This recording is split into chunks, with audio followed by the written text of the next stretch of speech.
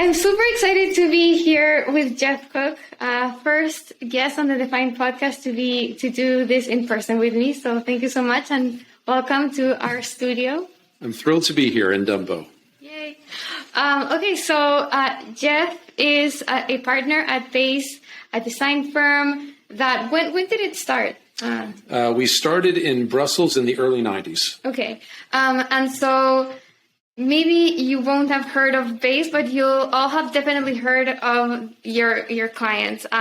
They've worked with huge names from the New York Times to MoMA to ING Bank and to huge projects like JFK, Terminal 4, and the Meatpacking District.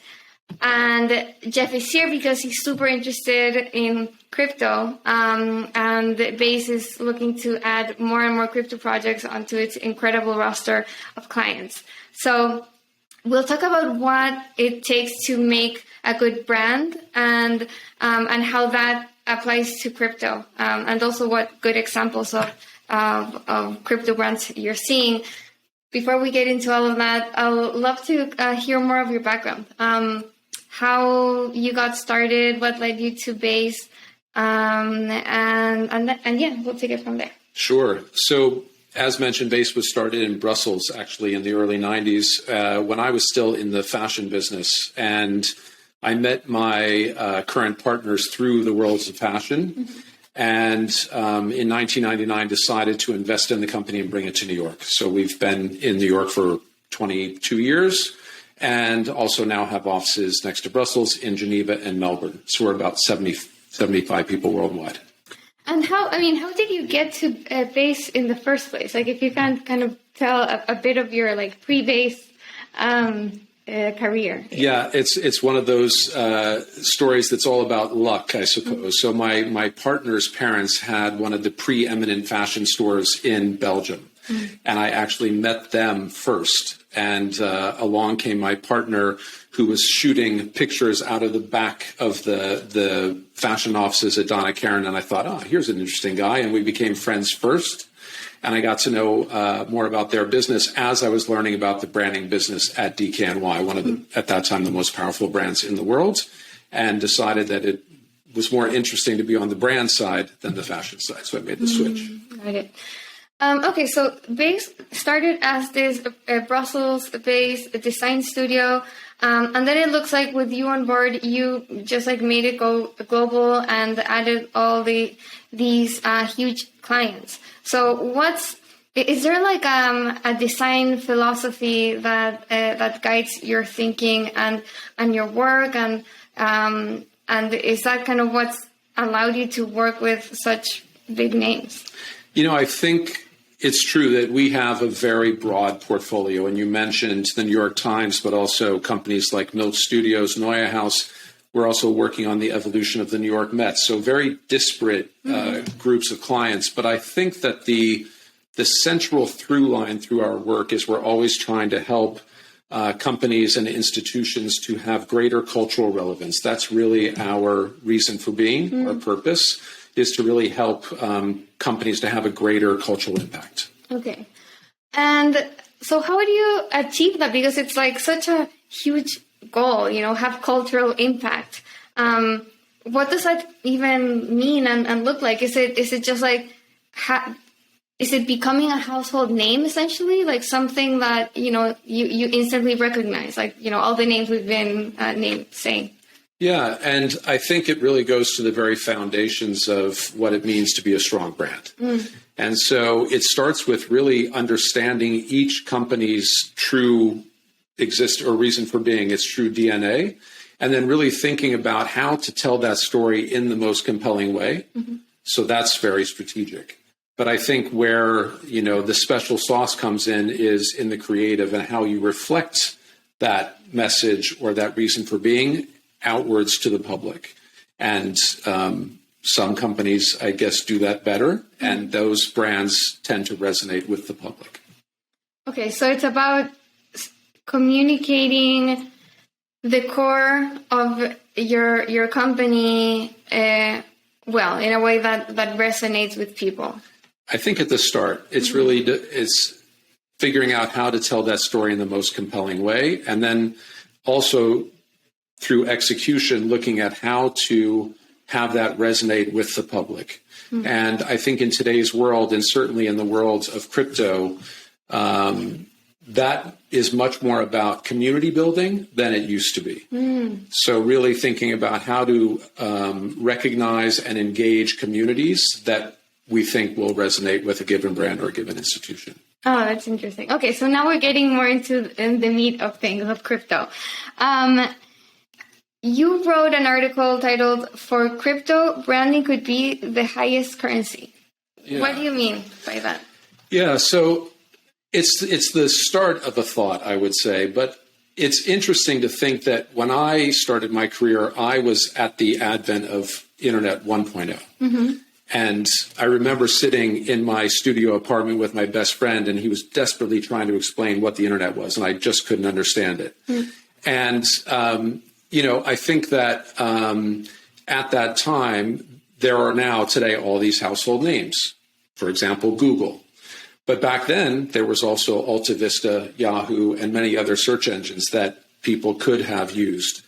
And as a market or as an industry establishes itself, brand can really, as more and more companies enter a given segment, really prove to be a great differentiator. Mm-hmm. And so one could certainly argue back then that Google's technology was better than its competitors, but its brand was also stronger than its competitors. And that little move that they made with changing the logo every day was enough to make it very sticky and to get it the attention that, well, today it deserved. So do you think brands can have an impact in whether a product or a company actually makes it? Like, can they just make or break a product or a service, I guess? I believe that you can't have one without the other. Or let's say brand has the ability to amplify something, mm-hmm. but you can't have a lousy product and have brand make it successful. But I think you can have a decent product or an exceptional product and have brand amplify that. Mm-hmm. And can bad branding be the opposite? Absolutely. Well, we've seen that time and again where bad branding can actually work against a company. And often in cases, one might say, the technology is so good that it's working in spite of a bad brand. Okay. Do you think we're seeing that in crypto now? I think we are, but I also think that it's perfectly normal. And by that, I mean, just like at the advent of Internet 1.0, where you had companies rightly so focused on their products and on their technologies and on their teams and what they were building, the brands at the outset probably weren't as strong as they are today. And so rightfully so, today in the world of crypto, we have these young companies that are focused on doing things right at the core. But now we're seeing entrants come in to a given space. For example, even at the foundational level where we see Ethereum and Solana and Cardano all competing, and brand can really now help to set those companies apart. Okay, so that's what you mean with highest currency. It's like crypto is at a very early stage, and it's just starting to emerge, I think, in kind of the like the popular consciousness, right? It's like it's starting to gain just mainstream awareness. And so it's like this moment where a brand can make or break a crypto project or protocol or company. That brand really has the ability to be that tipping point. Because I would even argue when we say public awareness, I think in our world where we're in the crypto universe, it's an everyday thing. Mm-hmm. But most of the people I'm dealing with maybe have heard of Bitcoin and Ethereum and not much more. And so I think that there is the ability for brand on an individual level to help companies to sort of cross over to mass awareness. I even think that brand can play a larger role within crypto, purely helping people to understand what crypto is at its broadest. Okay, interesting. Before we go deeper into that thought, because I really want to dig into that. First, like, what's been your overall experience with crypto so far? Like, have you worked with any crypto clients? Are you just kind of like dipping your toes in that world? And like, what got you interested? Yeah, so we are just starting to work with some crypto clients, and I think that's actually the point, is that we're sensing that now companies are becoming aware of the fact that brands can be a very powerful asset in their repertoire. What got me interested in the first place is, I think like a lot of people, is that I started into it on a personal level. And the more that I invested in these various projects, the more I realized that there was really compelling stuff happening in the space and that we wanted to be a part of that, which in our minds is really the future. Okay, interesting. Do you foresee just like more and more of your portfolio just being crypto then? I think like in the past, I think more and more of our portfolio being dedicated to the most compelling companies. And they may be crypto or they may not be crypto, but we always look to work with those that we find are not only the most interesting, but those that we find we can add value to, as when I said earlier about bringing cultural relevance. We look really for projects where we say, that's a fantastic company. How can we achieve them to have greater relevance on a mass scale? Okay, makes sense.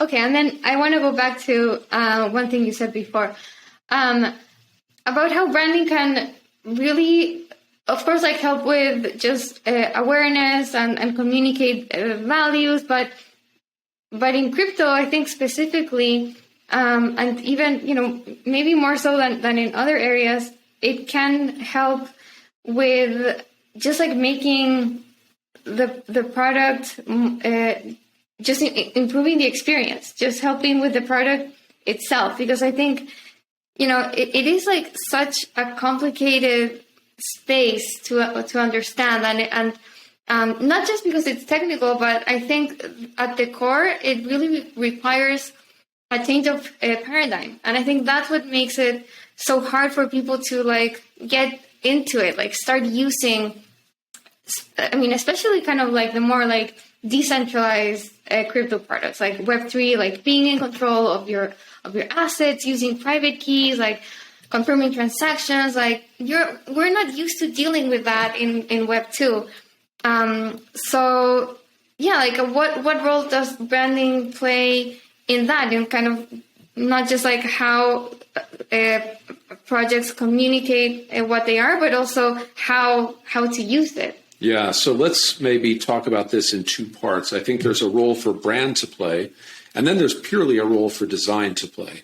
And on the brand level, I really believe that today, think about even just the terminology. I don't know if you've had this experience about trying to explain the world of blockchain to, say, a grandparent. Every day I'm trying to explain blockchain to podcasts, and it's right. It's hard. And so we're talking about staking and rewards and minting, and all of already the terminology is foreign to the general populace.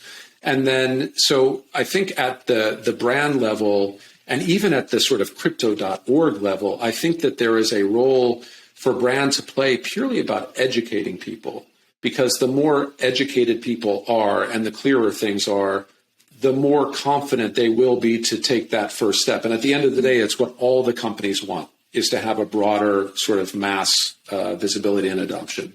So I do believe that there's a level for brand to play in how these organizations or large companies communicate at a mass level more clearly. Now, there's a role purely for good design.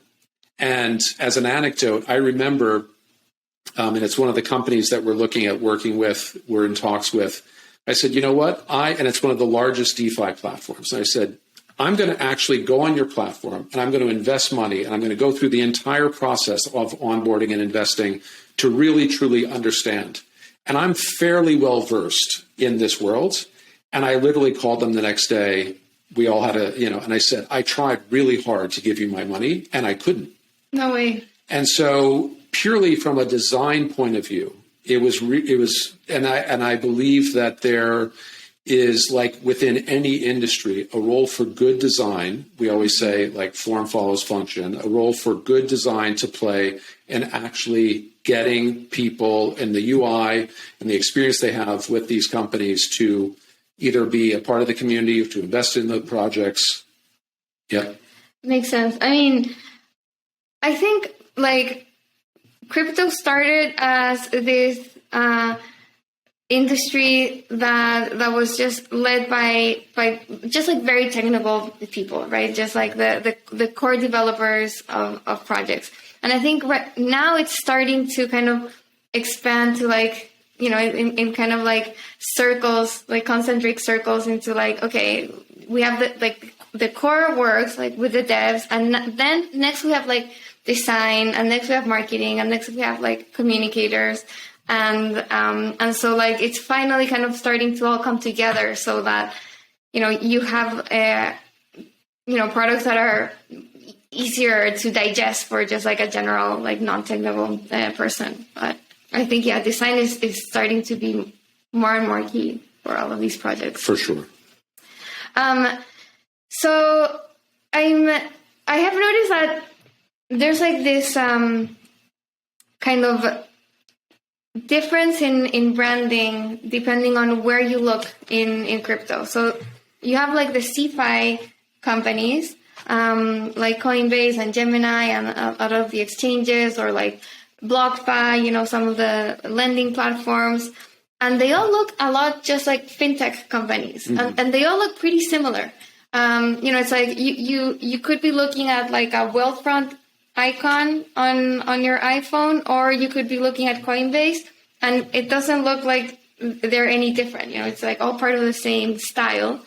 But then DeFi specifically and Web3 looks like it's really kind of starting to, or trying to like break away from that. And so you get some just like very like jarring designs in some cases, you know, just like lots of colors, lots of like mixing of like fonts and like lots of throwbacks to early internet culture and I don't know if you've seen like the Curve protocol page, but it's like very kind of 1990s internet with like the blocky windows and like gray and blue windows and right. I don't know, like all that stuff, and like lots of emojis and just like very playful, very different, I think, from what CeFi is trying to communicate and show. So I'm just like interested in kind of this like two different worlds in just like not just like technically, but also in like branding wise. And I'm interested to hear what you've seen there. It's a really keen observation that you make. I think with CeFi, it makes a lot of sense in that they are trying to appeal to, let's say, the lowest common denominator. So already they're dealing, as we said earlier, with subjects that are already for the average user. Let's say if you're dealing with the lowest common denominator and someone comes for their first time to buy Bitcoin, they're already dealing in a world where they're not comfortable, that's already foreign to them, with terminology that's probably unknown to them, with the process, meaning wallets and all the rest, everything is new. And so I believe that in that world, to look familiar is probably comforting. In the world of DeFi, we have companies that are rightfully so saying, we're not a part of traditional finance and we don't want to look the part. And so they are intentionally going in the opposite direction. Interestingly, a lot of them are going in the same opposite direction. Yes. Yeah. And a phrase that Base coined years ago and has now been appropriated throughout the design industry is, we said that brands are like people. And in the way that people have identities, they have personalities, so too do brands. And that really helps, I think, people to think about when they're thinking about, maybe if you're a company, you're thinking about your own brands, you can ask yourself, well, who am I? and how should I act? Now, one might argue that in crypto, we're kind of in the, end of adolescent into teenage years. And if you think back to your school days, a lot of teenagers sort of like to dress and act the same. And I think that a lot of the DeFi companies are reacting in a way like healthy teenagers and pushing back against the parents, against the establishment. But I think that pretty soon they're going to hit their college years. And a lot of these DeFi companies will stop and ask themselves, but okay, now we've rebelled, but who are we at our core? And how do we best express that? Okay, that's really interesting. So right now, what we're seeing in the DeFi design and branding space is one, this rebellion from fintech and from traditional finance. And so you get like this like very kind of different sort of design to break away from that. But at the same time, all of it looks a little bit similar. And it's because like same as teenagers, you want to belong. Like, okay, we're all in this together. We're part of the same group. We want to be like with the cool kids. So we all look alike.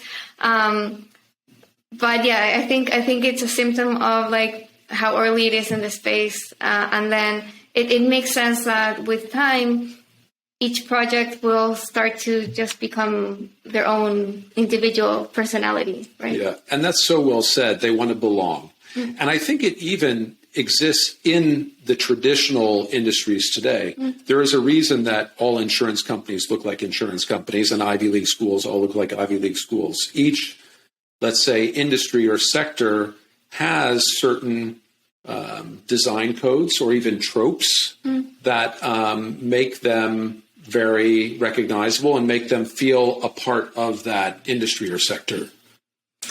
That's really interesting. And I think, right. And it's also like a function of DeFi is still niche, right? Yes. And small, and sure, like there's been an explosion of projects, but it's still like a small industry.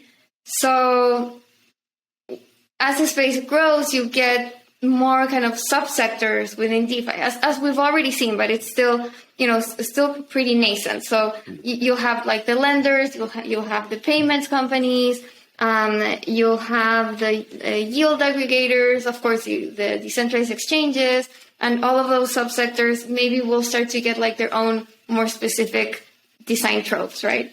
Even within those subsectors, and we see it in traditional finance, a lot of financial institutions, be they DeFi or other, communicate on their functionality. Mm-hmm. What is it that they do, as opposed to, I would argue, more emotional traits about what is it that I stand for and what community does that serve. And I think if you're communicating on function, you're competing on commodity, because many entrants can come into that space and do the same thing. And then you're competing on price, and then it's a race to the bottom. That's why the strongest brands in the world compete on emotion and perception, not on function. Interesting. Oh, that's okay. Okay, and then that goes, I think, back to what you mentioned at the beginning about how important communities are, especially to crypto.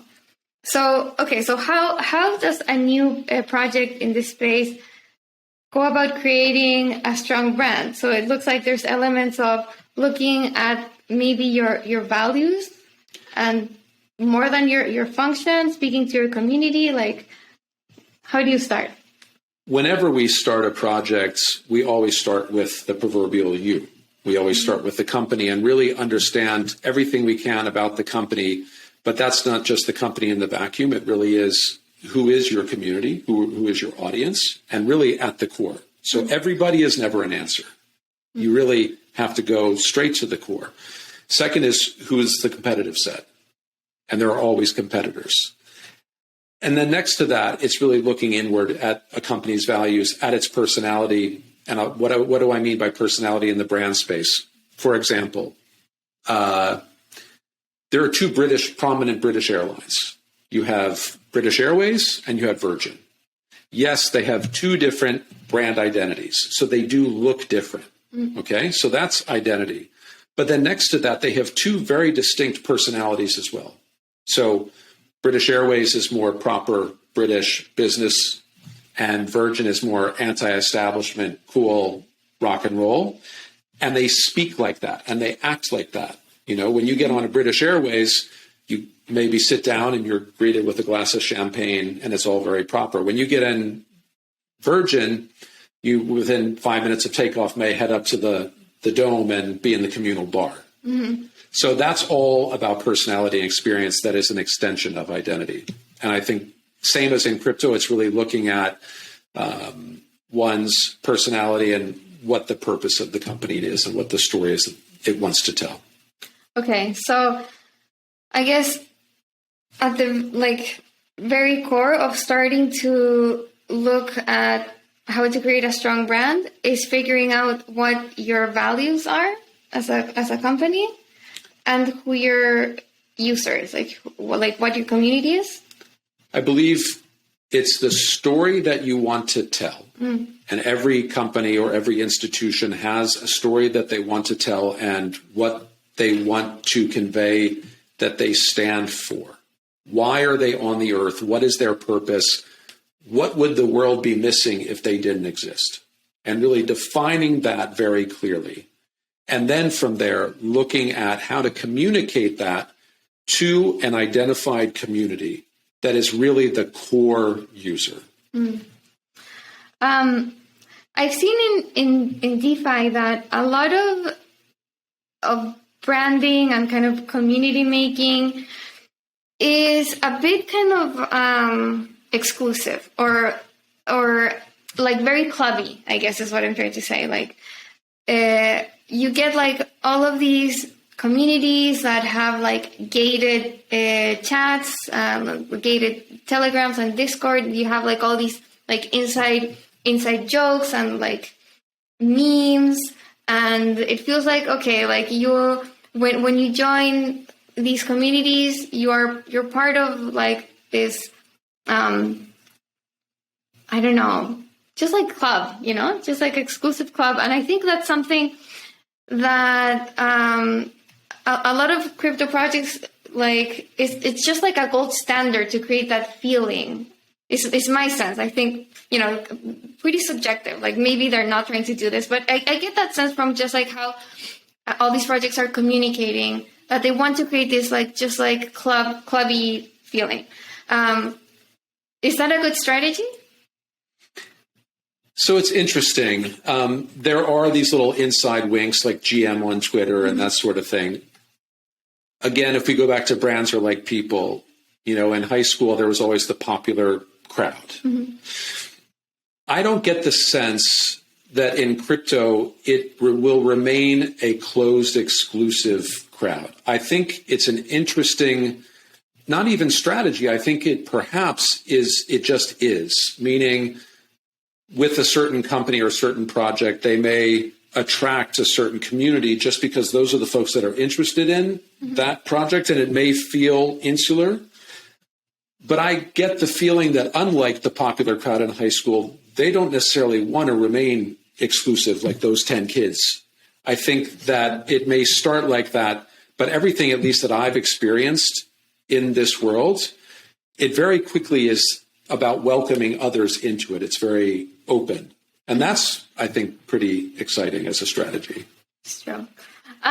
Okay, so about kind of welcoming and just like feeling like welcoming projects, there's this like, I don't know if it's a debate, but just like two ways of looking at designing crypto that I've seen. And one is trying to hide crypto as much as possible. So like trying to make a product that doesn't feel like it's crypto, that it just feels like it's a Web2 app. You know, hide the gas, hide transaction confirmations. And then there's like this other school of thought, I think, that's like, no, like this is crypto. Let's show it. And people will have to learn and get used to it and just like deal with this new way of life, I think. what do you think makes the most sense? Wow, what an excellent question. I think that at least in the short term, I am in the second camp. I think that we're in a stage where people are entering this new realm and they need to really understand it at the fundamentals. And if they're buying an NFT on Ethereum or what, and the gas costs are $50, they need to understand that and not have it, let's say, all taken care of. And suddenly they're looking at, oh, wait, where did that $50 go? And not understanding what happened. However, at a certain point, brands are going to, I believe, push this world into the mainstream so that as, for example, kids are watching Disney and at the end of a show, they can buy an NFT.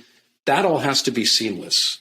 And if you're a child, even if you have the permission to purchase from your parents, the wallet, the seed words, the gas fees, all of that, I believe in the future will need to be automated. And I think as the technology increases and therefore it becomes more secure and so on and so forth, we will see a migration to that. But I think in today's world, people need to understand fundamentally what it is that they're doing. Yeah, I think I agree with that take.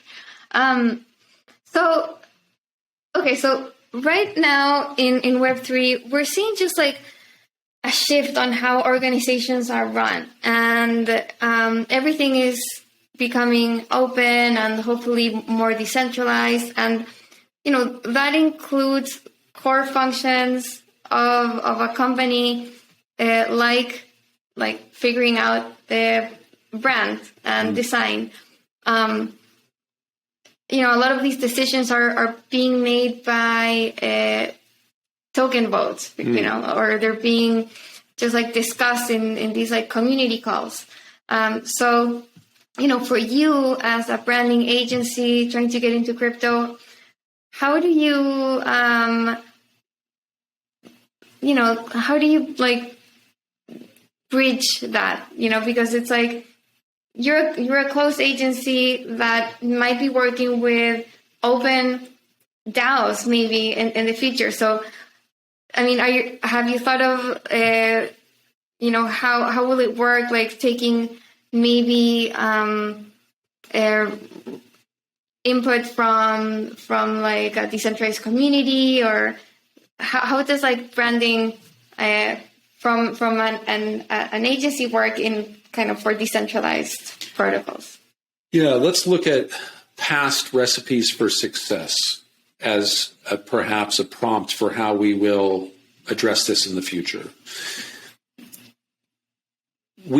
I'll give an example. We branded the meatpacking district in New York.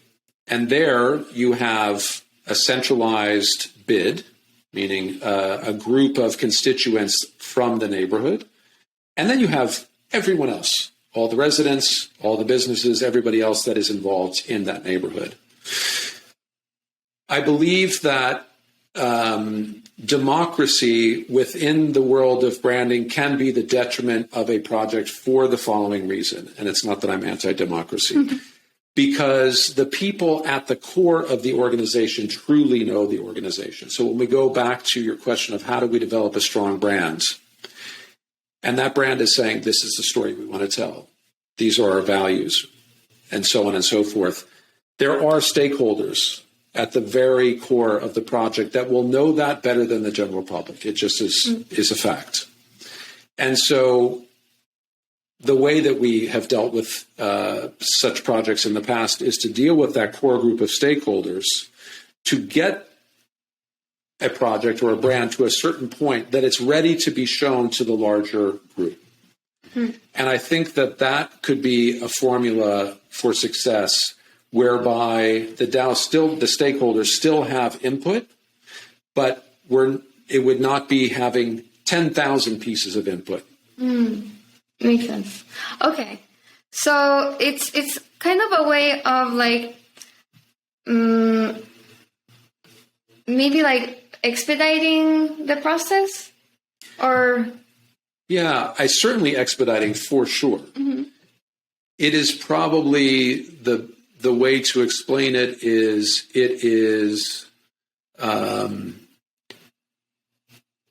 arriving at, maybe it's like government, and I'm just thinking about this now, but we elect lawmakers, and they are working on our behalf behind the scenes to put forth bills to sign into law. And there are a core group that work on those bills to then bring to Congress to enact into laws.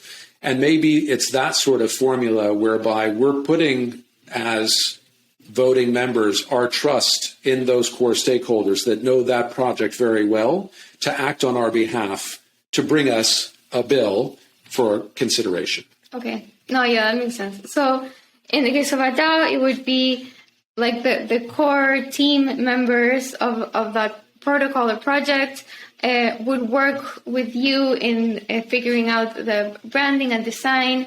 And then once you have a proposal, then that smaller group can bring that to the wider group of the DAO members. And then maybe they can have their feedback and input and vote and so on. And that would set the project up for success. Okay. Yeah, that makes sense. So far, what projects do you think are doing a good job in crypto, in like branding and design? Oh, gosh. Let's see. I think there are certain projects like, I don't know, Kraken that are doing a better job sort of more broadly. And then within DeFi, whether you like it or not, Osmosis, for example. So Osmosis is... for those that have seen, it's very illustrative. It's very extroverted and exuberant.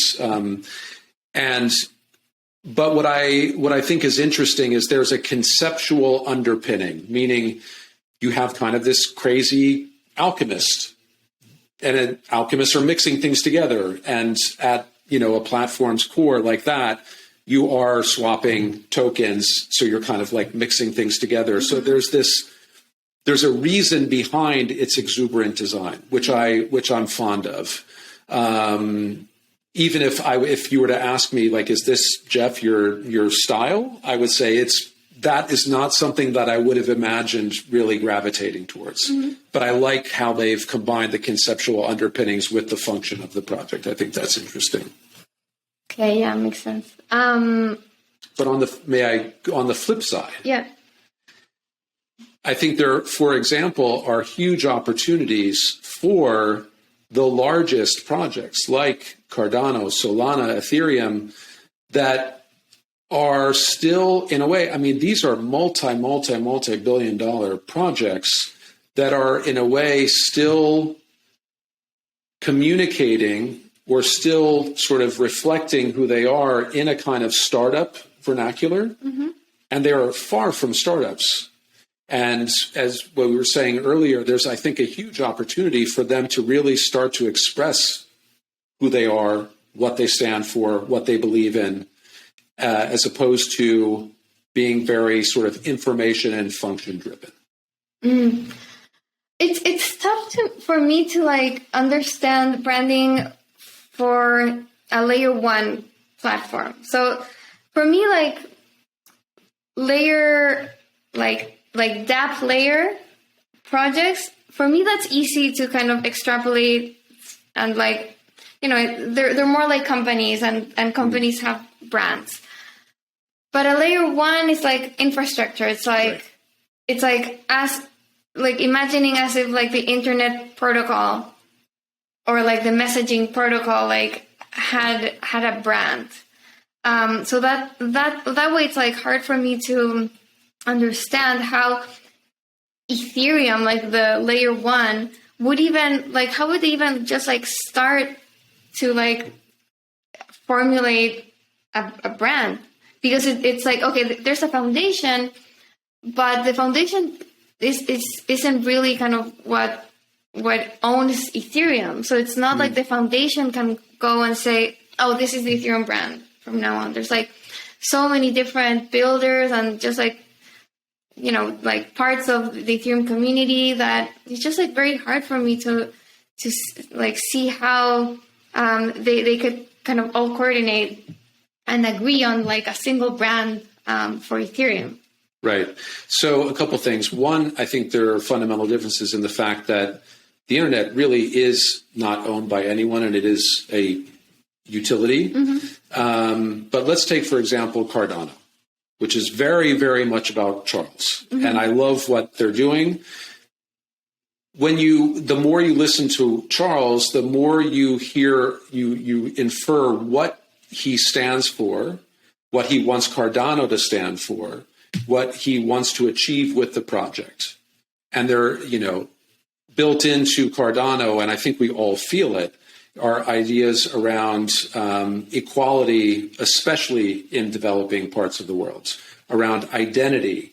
So we're starting to sense really where, it's not to say that will be its only thing, but where Cardano is sort of leaning versus something like Solana, which is maybe leaning elsewhere.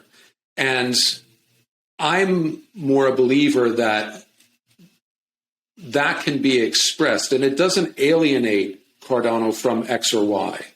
But I think it probably attracts certain people at their core that really believe in that and believe in what they are doing. And going back to what you said about communities and different communities or cliques around given projects, and we have them even at the highest levels. And so I think that if they are true to that and express that, that for me is something that's emotional that people will gravitate toward. So I think the difference is that when a layer one project is early enough that it has a clear leadership, then is kind of the right time to like formulate a brand. I think, like in the very early days of Ethereum, like Vitalik was like very clearly the like driving force behind it. Now, like, I think, yeah, obviously Vitalik is very closely tied to Ethereum, but I think it would be very hard to say, like, I think the community would like really reject if Vitalik was like out there, like saying this is what the brand is, like the Ethereum brand is, because it's like Ethereum is just like bigger than that at the moment. But like back in 2013, that would have been different. So for Cardano, that's just starting, it is very much about Charles. And like, I think maybe the same thing could be even said about Bitcoin. Like Bitcoin was maybe a lot more about Satoshi's vision in 2009 than what it is today. Like Bitcoin today is just like this massive thing that, yeah, it started with Satoshi, but now it's owned by millions of people. And there's, I don't know how many thousands of developers contributing to it and researchers. And yeah, it is kind of more of a utility and harder to brand. But yeah, I think it's interesting that you are seeing with just like earlier layer one protocols that you can have this just like branding exercise, and maybe that will like develop over time. Yeah. And boy, heady stuff. We're figuring this out real time.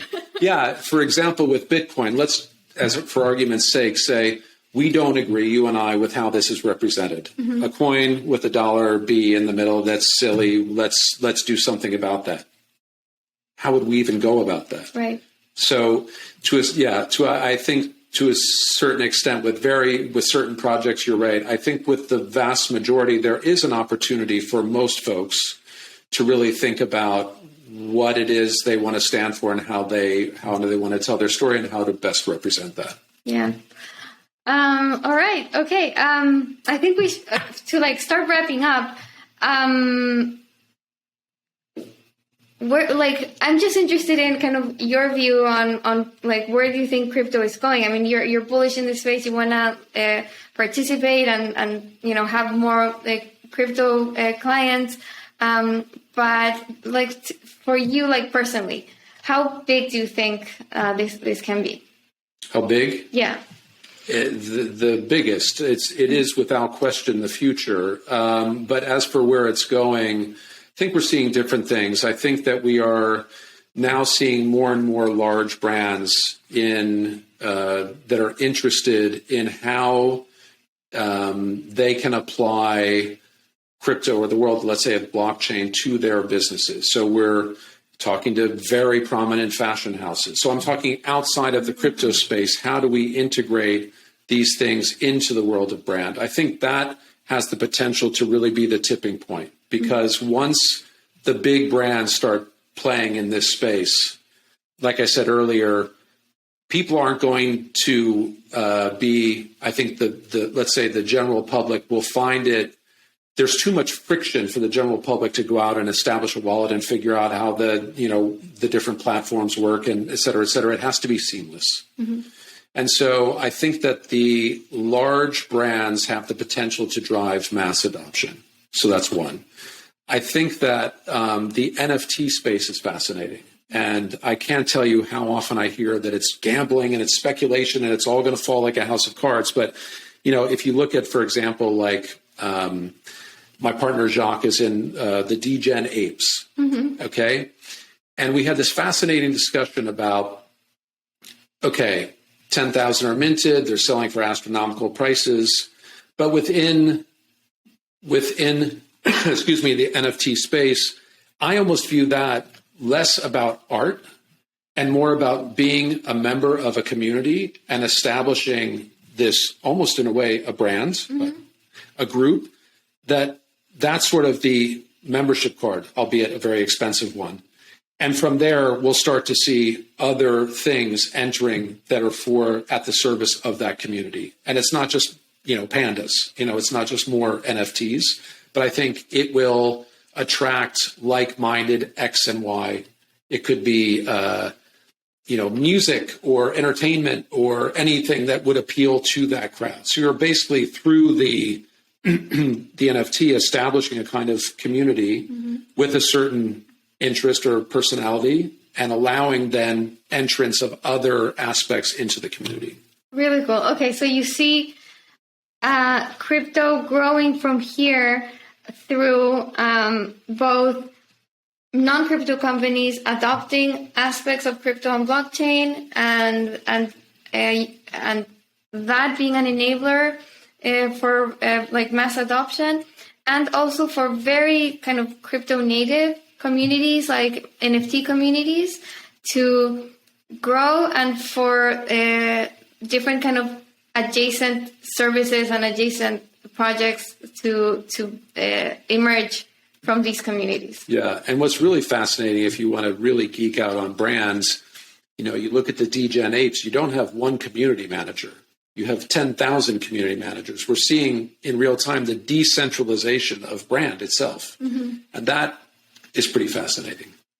Okay, that's a great place to wrap up, I think. Thanks so much, Geoff. This was really interesting, really fascinating. Thank you, too.